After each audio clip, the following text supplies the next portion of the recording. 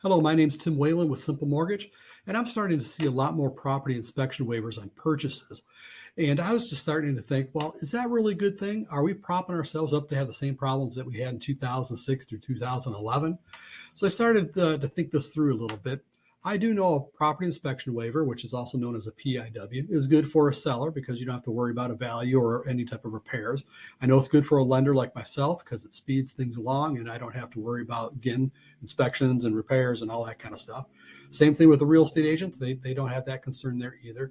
But then it comes to the buyer. Is it a good thing for the buyer? And depending on how the contract's written, it might be a really good thing for the buyer. It does speed up the process of the transaction.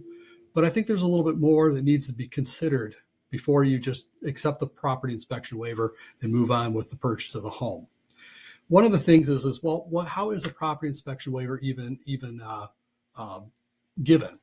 So a property inspection waiver, you need to have at least 20% down on the home. And now I'm talking general because the guidelines are actually 8 pages long, and I'm just pulling out the transaction that happens the most. So if you want more information on it, just give me a call and I can go over the other 7 pages with you.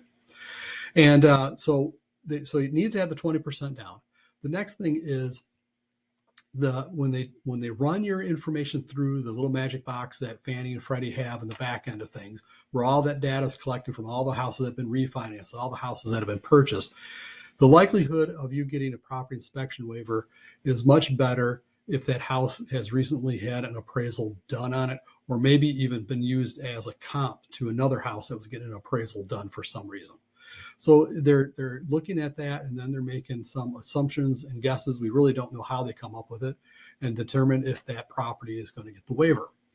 So again, one of the things to consider is if you're going to be moving out of that house soon, you might want to have an appraisal done, just because, again, it's coming up with your 20% down, and it's comparing it to the house that was recently appraised on the home and making the determination. So it's not necessarily saying that it's what you purchased it for.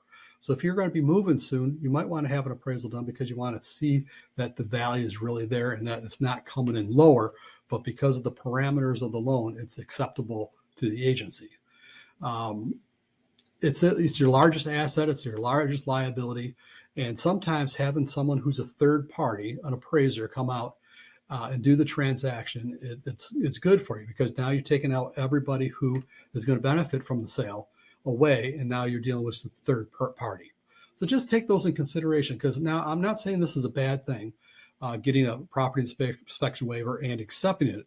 I just want you to kind of consider a little bit more before you just jump onto it, because there is more to think about.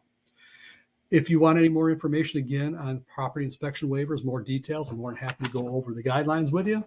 And before I go, if I could count on you to pass this along to anybody else that's a friend, family, or coworker who's looking to buy, sell, or refinance, and also pass along my information, I'd be greatly appreciated for that. Thank you and goodbye.